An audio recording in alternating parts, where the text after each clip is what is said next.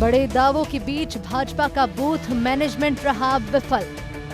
मतदाता सूची और मतदाता पर्ची को लेकर कांग्रेस भाजपा में घोर लापरवाही।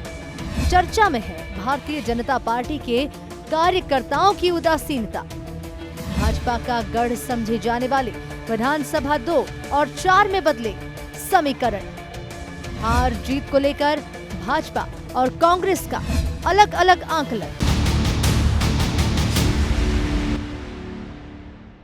नमस्कार, द अरविंद तिवारी शो में आपका स्वागत है।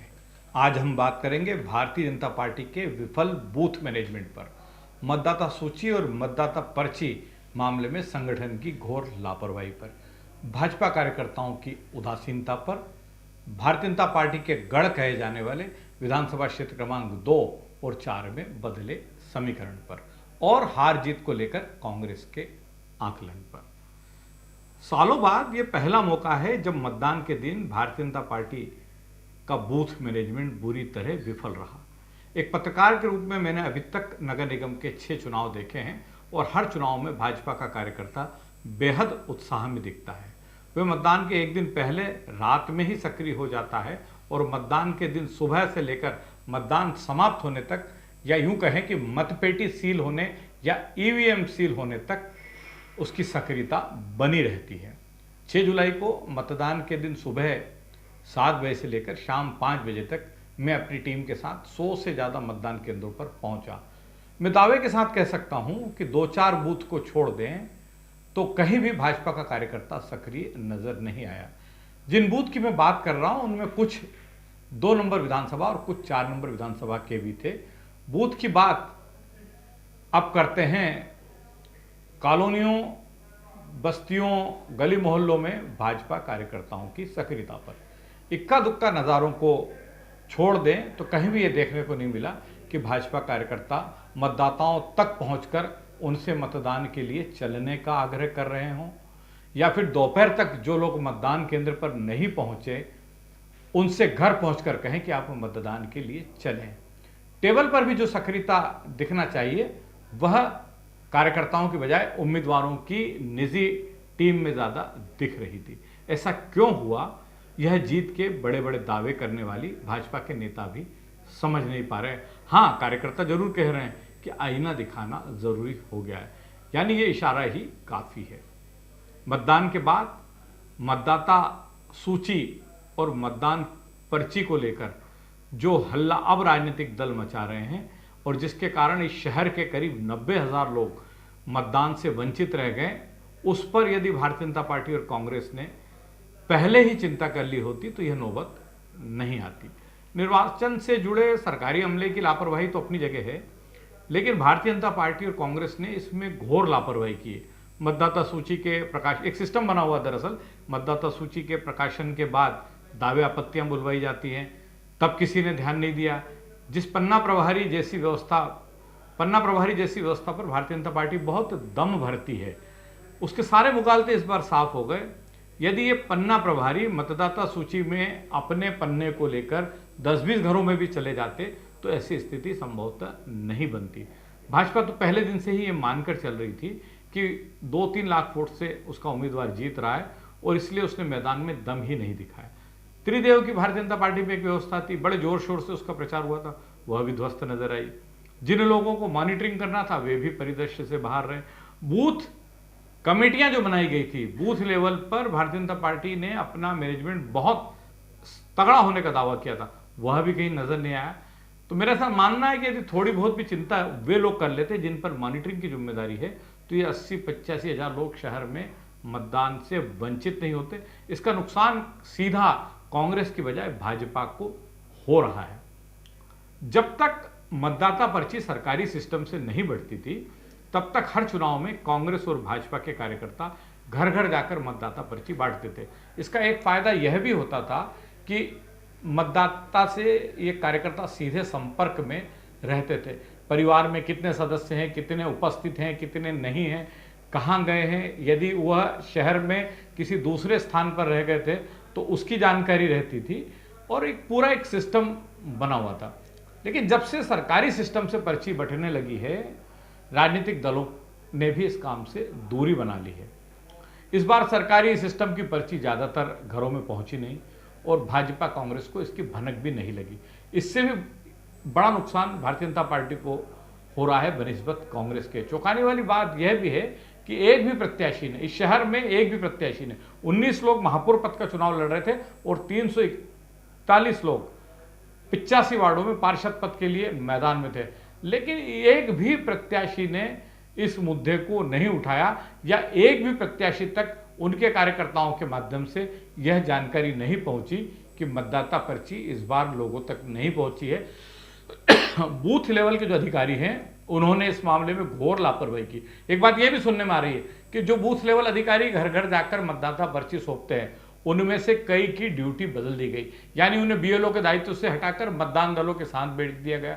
जिन नए लोगों को बीएलओ की जिम्मेदारी दी गई थी उन्होंने इस काम में कोई रुचि नहीं दिखाई, वे उस क्षेत्र से वाकिफ नहीं थे, उन्होंने वहां चुनिंदा लोगों के जुम्मे मतदाता पर्ची कर दी। राजनीतिक दल भी इसका फायदा नहीं उठा पाए, ये पर्चियां डंप होकर रह गई। तो बड़ी विडंबना है कि मतदाता पर्ची सरकारी सिस्टम से यदि किसी मतदाता तक नहीं पहुंच सकी है तो भारतीय जनता पार्टी और कांग्रेस दोनों राजनीतिक दलों ने इसमें कोई रुचि नहीं दिखाई कि यह पता तो चले कि आखिर मतदाता तक मतदान पर्ची पहुंची या नहीं पहुंची। मैं आपको बताना चाहूंगा कि कुछ सालों पहले तक जब तक ये सरकारी सिस्टम से मतदाता पर्ची नहीं बढ़ती थी तब तक ये होता था कि मतदान के 2-3 दिन पहले उस क्षेत्र के जो पार्टी के कार्यकर्ता थे वे पार्टी का घोषणा पत्र, एक डमी मतपत्र, उसके साथ जो है एक अपील और स्टेपल की हुई मतदाता पर्चियां लेकर घरों तक पहुंचते थे और आग्रह करते थे कि मतदान के दिन आप सपरिवार आकर मतदान करिए। उसी दिन उन्हें मालूम पड़ जाता था कि उस परिवार में कौन व्यक्ति वहां है, कौन व्यक्ति वहां नहीं है, तो एक जीवंत संपर्क रहता था। लेकिन इस बार पता नहीं क्यों दोनों दल जो है उनकी मतदाता पर्ची में कोई रुचि नहीं दिखी। कुछ राजनीतिक लोगों से मेरी बात भी हुई, मैंने उनसे 2-3 दिन पहले कहा भी कि जैसे मेरे परिवार का मामला था, मैंने उनसे कहा कि मेरी यहाँ 3 पर्चियां नहीं आई है, तो उन्होंने कहा हम भिजवाते करते, लेकिन अंत तक वो 3 पर्चियां नहीं आ पाई और परिजनों को ईपी कार्ड के माध्यम से अपना मतदाता क्रमांक और अपना मतदान केंद्र निकालकर मतदान करना पड़ा। मेरा तो मानना है कि इन लोगों को, इन महापौर के पद के 19 उम्मीदवारों को और पार्षद का चुनाव लड़ रहे 341 उम्मीदवारों को इस बार ये पता ही नहीं चला कि पर्ची बटी भी है या नहीं बटी है। इंदौर में 2 नंबर विधानसभा क्षेत्र और 4 नंबर विधानसभा क्षेत्र भारतीय जनता पार्टी के गढ़ माने जाते हैं।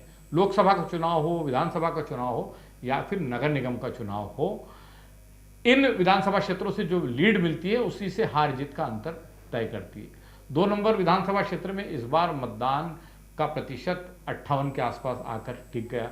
यहाँ के पार्टी के दिग्गज भी अब ये मान रहे हैं कि 6 वार्डों में हम चुनाव नहीं जीत पा रहे हैं और 2 वार्डों में नतीजा किसी के पक्ष में भी जा सकता, यानी बहुत ही कशमकश वाला मुकाबला है। भारतीय जनता पार्टी यहाँ 30,000 के आसपास की लीड अपनी मान के चल रही है कि जो स्थिति अभी है उसमें भी हमें 30,000 वोट के आसपास की लीड मिल जाएगी। कांग्रेस का कहना है कि आंकड़ा किसी भी हालत में 20,000 से आगे नहीं बढ़ पाएगा। पिछले चुनाव में यहाँ से महापौर के चुनाव में मालिनी गौड़ को लगभग 70,000 वोट की लीड मिली थी। यहाँ से रमेश मेंदोला लगभग 70,000 वोट से विधानसभा चुनाव जीते थे। इसके पहले वे 93,000 वोट से इसके पहले वाला चुनाव जीते थे। लेकिन इस बार ये समझ में नहीं आ रहा है कि यहाँ पर जो भारतीय जनता पार्टी को घाटा हो रहा है उसकी भरपाई आखिर कैसे हो पाएगी। दूसरी बात यह भी थी कि यहाँ इस बार भारतीय जनता पार्टी ने नए चेहरों को बहुत मौका दिया और उन्हें पार्षद का चुनाव लड़वाया जा रहा है। ये रमेश मेंदोला की जिद के चलते हुआ वे चाहते थे कि स्थापित नेताओं की बजाय, जैसे मुन्ना लाल यादव है, राजेंद्र राठौर है, चंदू शिंदे है, इनकी बजाय नए चेहरों को मौका दें। हालांकि अंतिम दौर में जब उम्मीदवारी तय हो रही थी तो ये सारे दिग्गज नेता मुन्ना लाल यादव, राजेंद्र राठौर, चंदू शिंदे टिकट पाने में कामयाब हो गए, सुरेश कुरवाड़े टिकट पाने में कामयाब हो गए, लेकिन नए चेहरे भी काफ़ी विधानसभा क्षेत्र में चुनाव लड़ रहे हैं। इसलिए यहाँ पर ये जो समीकरण सामने आ रहा है कि 5 वार्ड, 6 वार्ड या 7 वार्ड में इस बार भारतीय जनता पार्टी को हारना भी पड़ सकता है वहाँ के उम्मीदवार, और कमजोर जो उम्मीदवार हैं पार्षद पद के, उसका सीधा असर महापौर पद के प्रत्याशी पर पड़ता है। तो यहाँ जो समीकरण गड़बड़ा रहा है उसने पार्टी की चिंता को बढ़ा रखा। एक बात और मैं आपसे शेयर करना चाहूँगा कि इस बार इस विधानसभा क्षेत्र में मतदान के दिन जो सक्रियता हमेशा रमेश मेंदोला की रहती है वो भी इस बार इस विधानसभा क्षेत्र में कहीं नजर नहीं आई। लोगों को आश्चर्य, ताज्जुब हो रहा है कि रमेश मेंदोला जैसा लीडर जो खुद महापौर पद का दावेदार था, मतदान के दिन आखिर चला कहाँ गया, बहुत सीमित दायरे में। जब कई लोगों ने तो उन्हें उस वक्त देखा जब चंदू शिंदे के वार्ड में विवाद हुआ और हीरानगर थाने पे दोनों पार्टी के कार्यकर्ता पहुंचे, वहाँ पहली बार जो है रमेश मेंदोला को देखा। तो रमेश मेंदोला की मतदान के दिन कहा जाए कि चुप्पी, गैर हाजिरी भी बड़ा चर्चा का विषय है। 4 नंबर विधानसभा क्षेत्र जहाँ से अभी मालिनी गौड़ विधायक हैं, महापौर भी रही, वहाँ पर मतदान का प्रतिशत 63 के आसपास रहा। यहाँ टिकट वितरण में बड़ी उठापटक हुई थी और इसके कारण भारतीय जनता पार्टी को बहुत परेशानी का सामना करना पड़ा। इसका असर मतदान के दिन भी देखने को मिल रहा था कि 4 नंबर में हमेशा जो गर्मजोशी कार्यकर्ता में अयोध्या कहा जाता है, इस विधानसभा क्षेत्र को अयोध्या कहा जाता है, लेकिन इस बार यहाँ कहीं भी कोई बहुत सक्रियता पार्टी के लोगों की नजर नहीं आ रही है। यहाँ जो टिकट वितरण में उठापटक हुई है वह भी भारतीय जनता पार्टी का कमजोर पक्ष माना जा रहा है।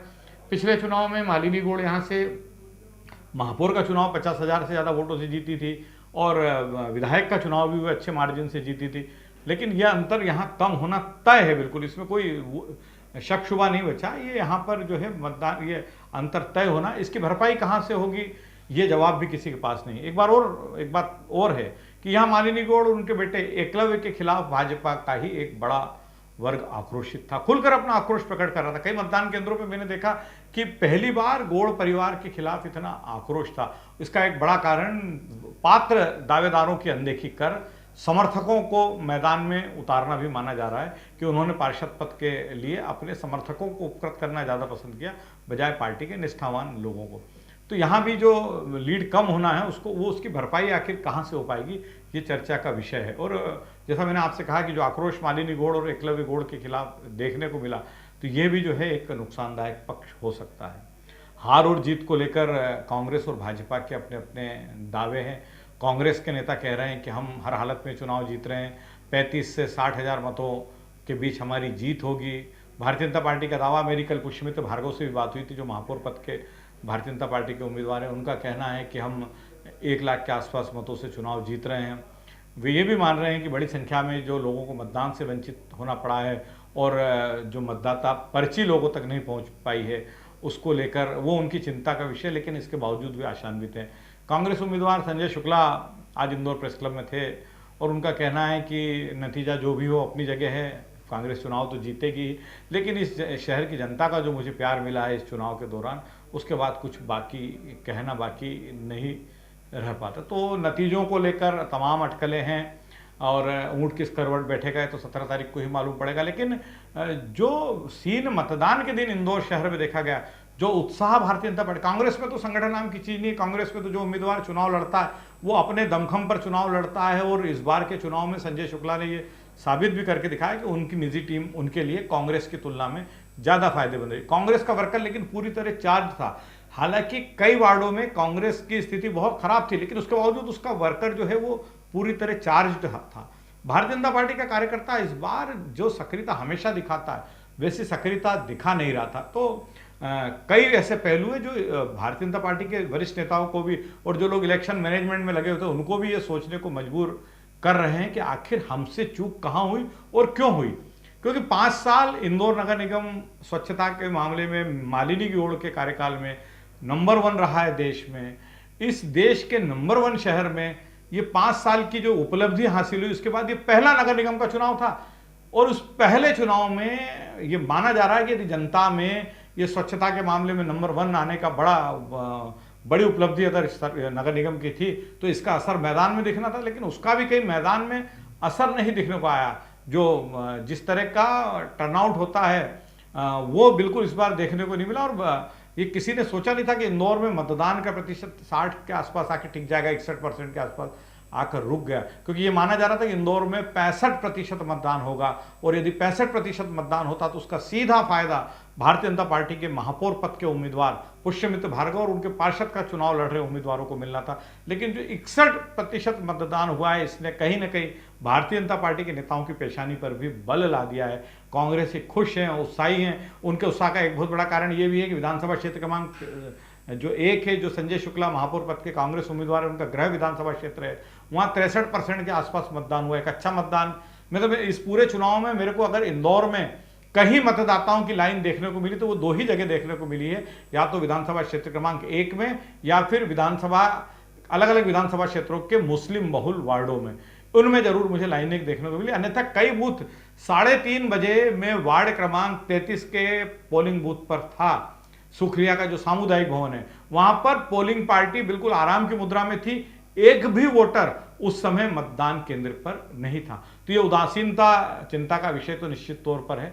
और अब चल रही है तैयारी अगले दौर में। एक महत्वपूर्ण निर्णय जो राज्य चुनाव आयोग ने लिया है वो यह निर्णय है कि कल जो भारतीय जनता पार्टी का प्रतिनिधि मंडल राज्य निर्वाचन आयोग से मिला था, उसके बाद राज्य निर्वाचन आयोग ने जिन नगर निगमों, नगर पालिकाओं, नगर पंचायतों के चुनाव बाकी है, नगर परिषदों के चुनाव बाकी है, उन जिलों के कलेक्टरों को कहा है कि आप आने वाले 3 दिन में ये सुनिश्चित करें कि यहाँ मतदाता पर्ची 100% बट गई है। क्योंकि मतदाता सूची में तो अब पुनरीक्षण संभव नहीं है, लेकिन मतदाता पर्ची 100% बढ़ गई है। इसका कंप्लायंस संबंधित जिलों के कलेक्टर राज्य निर्वाचन आयोग को देंगे और ये एक राहत भरी खबर है कम से कम दोनों राजनीतिक दलों के लिए। आज भारतीय जनता पार्टी ने एक मांग और राज्य चुनाव आयोग से की है। भारतीय जनता पार्टी ने राज्य चुनाव आयोग से कहा है कि बुद्ध पूर्णिमा है 13 तारीख को, तो आप जो है मतदान को एक आखिरी चरण के मतदान के लिए, द्वितीय चरण के मतदान के लिए तारीख आगे बढ़ा दीजिए, 14 या 15 तारीख को कर लीजिए। हालांकि अभी तक कोई निर्णय नहीं आया है। इसी तरह जो 18 तारीख को मतगणना होना थी दूसरे चरण की, उसके लिए भी भारतीय जनता पार्टी ने राज्य निर्वाचन आयोग से कहा कि चूंकि